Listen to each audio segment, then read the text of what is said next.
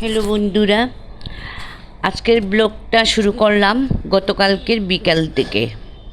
আমি বিকেলবেলা কি কাজ করি তা আপনাদেরকে দেখানো হয় না। এই বিকেলবেলা প্রায় মেয়েই ঠাকুরঘরে আসে। আজকে আমি আসলাম, কারণ মেয়ে আসবে না আজকে। আচ্ছা, ঠাকুরঘরে ঠাকুরকে দিয়ে তারপরে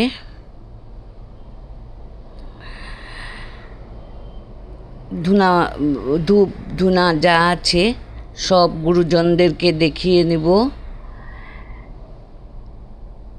আর এইদিকে দেখাতে দেখাতে চলে যাচ্ছে কারেন্ট।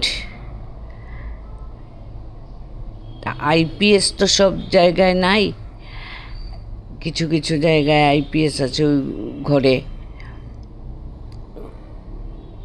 ওই একটু দেখিয়ে দিচ্ছি। যাই হোক, আপনারা যে যেখান থেকে দেখেন না কেন আমার ভিডিওটা, যদি আপনাদের ভালো লাগে তাহলে একটা লাইক কমেন্ট সাবস্ক্রাইব করে দিবেন। আর আপনাদের লাইক কমেন্ট সাবস্ক্রাইবের উপর আমাদের ভিডিও করার হয়, উৎসাহ হয়। এই দেখেন, সন্ধ্যা ঠাকুরঘর সব কিছু প্রেয়ার করে এসে এখন সন্ধ্যার চা খাচ্ছি। মেয়ে চা দিয়ে দিল, আমি খেয়ে নিচ্ছি।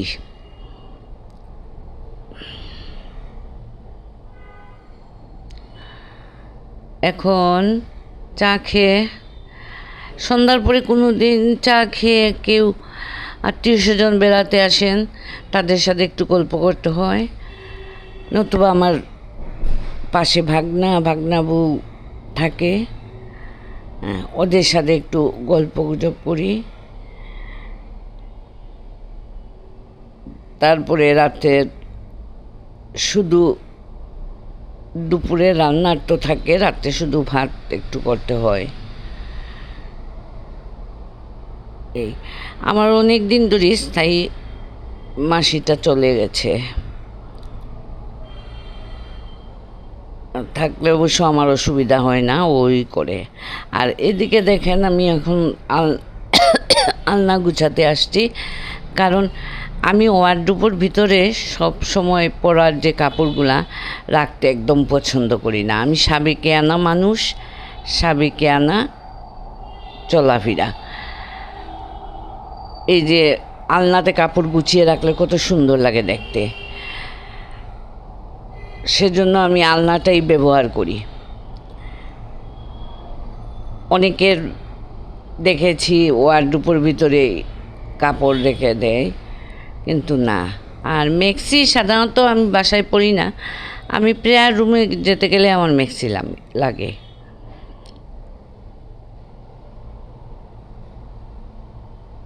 তাই কাপড়গুলো প্রতিদিন পরানোর যা কাপড় সেইগুলোই আমি আলনাতে ভাঁজ করে রেখে দিই, সেটাও আপনাদের সাথে শেয়ার করা হয় না। আর আজকে একটু মার্কেটে গিয়েছিলাম, সেটাও আমি শেয়ার করিনি, কারণ আমি আসলে বাইরে ভিডিও করাটা অভ্যস্ত নই কি। তো কাপড়টা পরে গেছিলাম, ওইটা ভাঁজ করে রেখে দিলাম। আর সন্ধ্যা হয়ে গেছে, আমি একটু দুপুরে ভাত খেয়ে আমি বলি তো আপনাদেরকে যে আমার একটু মানে বিছানাতে একটু গড়াগড়ি অথবা একটু ঘুম লেগে যায় কোনো সময়। সেই সময় ওই সন্ধ্যা হয়ে যাচ্ছে দেখে আমি আর বিছানাটা ঠিক করে যাইনি। কাপড়ও ওইগুলো বিকালেই করি, কাপড়ও ভাঁজ করিনি। তাই তাড়াতাড়ি করে আমি ঠাকুরঘরে চলে গেলাম। চলে গিয়ে ঠাকুরঘরে যখন চলে গেছি, তারপরে মেয়ে চা দিয়ে দিল। চাটা খেয়ে এসে এখন আমি এই বিছানাটা গুছিয়ে নিচ্ছি, কাপড় আলনাতে ভাঁজ করে। আর ওই যে কোনো সময় আপনাদেরকে বলি, আমি আসলে সন্ধ্যার পরে অনেক কিছুদিন আগে একটা শাড়ি ব্লগ করলাম, আর আজকে আমি একটা ব্লাউজে একটা সেলাই করতেছি, যে সাদা ব্লাউজের মধ্যে খয়েরি সুতো দিয়ে সুন্দরই লাগবে আমার মনে হয়। আচ্ছা আমি করি, তারপরে আপনাদেরকে দেখাবো, আপনারা বলবেন সুন্দর হয়েছে কি না। আর এদিকে মেয়ে আসছে, ও তো আসলে আমি ছাড়াও একদম চলতেই পারে না। আর আমিও বুঝতে পারতেছি না ওকে আসলে আমি কোনো দিন যে বিয়ে চেয়ে দিতে পারবো কি না, আর দিলে পরেও ও শ্বশুর করে কতটুকু থাকবো, এইটা। কারণ আপনাদেরকে তো বললাম ওর একটা জায়গায় একটু ডিফেক্ট, আর সব কিছু ঠিক আছে, একটা জায়গার মধ্যেই একটু ডিফেক্ট। ও চাও করতে পারে, ও তার বাবাকেও ভাত দিতে পারে, আমাকে দেবে না অবশ্য, আমাকে বলবে তুমি ভাত বেড়ে খেয়ে নিও, কিন্তু ওর বাবাকেও দিবে। মোটামুটি ও মানে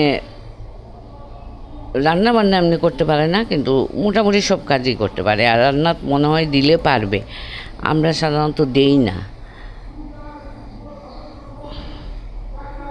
আর ওকে বললেও ও শুনবে না। আমি একদিন আপনাদেরকে দেখাবো ওর আলমারি খুলে কাপড় চোপড় কীভাবে রাখা। আচ্ছা, এটা হলো পরের দিন সকালের চা খাওয়াটা দিয়ে শুরু করলাম। চা খেয়ে এখন আমার হলো কি কাজ করি, ওই মাছ বের করে জল দিয়ে রেখে আমি কাপড় চোপড় বদলিয়ে একদম গা ধুয়ে ঠাকুর ঘরে চলে যাব।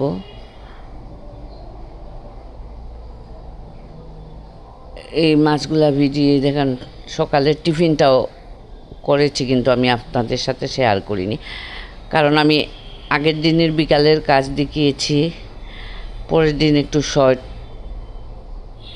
কাজ করে দেখিয়ে নিব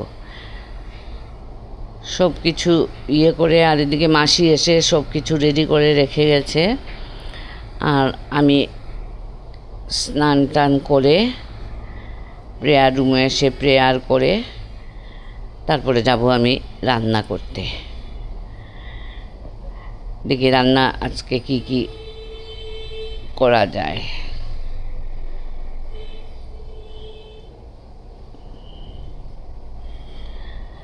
আর আমাদের বয়সের যারা, তারা তো আসলে প্রেয়ার রুম, সেলাই এইগুলা নিয়েই ব্যস্ত থাকার কথা। এই দেখেন, এখানে ফুটন্ত গরম জলে আমি ডিমটা দিয়ে দিলাম। এটা মাছের ডিম, আপনারা আবার মনে করবেন না, এটা মাছের ডিমটা দিয়ে দিলাম।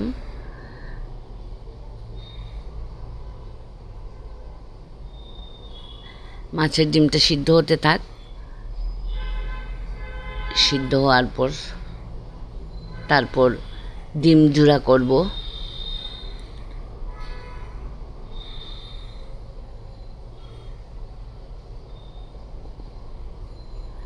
যতক্ষণ সিদ্ধ করে নেওয়া যায় ভালো, ঝুড়া করলে তো একটু হয়ে যায়। তা আমি ঝুড়াতে দিয়েছি দেখেন, রসুন কুচি কুচি করে কেটে, পেঁয়াজ বাটা আর কাঁচামরিচ, আর এদিকে দিয়েছি লেবু পাতা।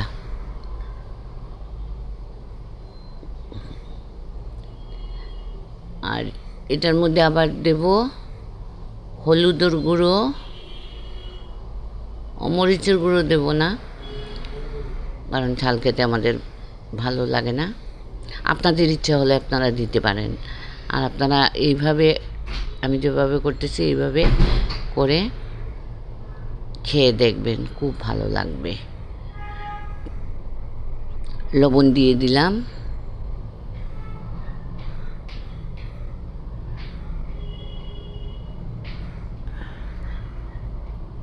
ডিমের জোড়াটা করে নিচ্ছি আমি। বাকি আরও 2-3টা তরকারি করেছি, তা আপনাদের সাথে শুধু এইটাই শেয়ার করলাম। ধনেপাতা দিয়ে এখন বিলাতি ধনেপাতা যেটা, ওইটা দিয়ে আমি এখন নামিয়ে নিব। আর এটা খাওয়ার মানে আমি খাবো শুধু, আমার পতিদেবতা তো খাবেন না, আমার 2 নাতি তাদেরকে দিতে হবে। আচ্ছা, আজকে রান্না হলো কুমড়ো দিয়ে মাছ দিয়ে, রুই মাছ দিয়ে তরকারি একটা, আর আমরা সাধারণত লুবিউরি বলি, লুবিউরি দিয়ে মকা মাছ দিয়ে একটা করলা ভাজা, আর একটু ডিম ঝুরা। আজ রান্না করা দেখিয়ে ব্লগটা শেষ করে দিচ্ছি, কারণ বিকালের কাজ আমি আগে প্রথম দিকেই দেখিয়ে নিলাম। তাই আজকের মতো ব্লগটা এখানেই শেষ করলাম। আর যদি আপনাদের একটু ভালো লাগে তাহলে লাইক কমেন্ট সাবস্ক্রাইব করে দিবেন। আর লাইক কমেন্ট সাবস্ক্রাইব করতে তো কোনো লাগে না, টাকা পয়সা খরচ করতে লাগে না, একটু কষ্ট করে করে দিবেন। আর ভিডিওটা নো স্ক্রিপ্ট করে একটু দেখবেন, সেটাই আপনাদের কাছে আমার চাওয়া।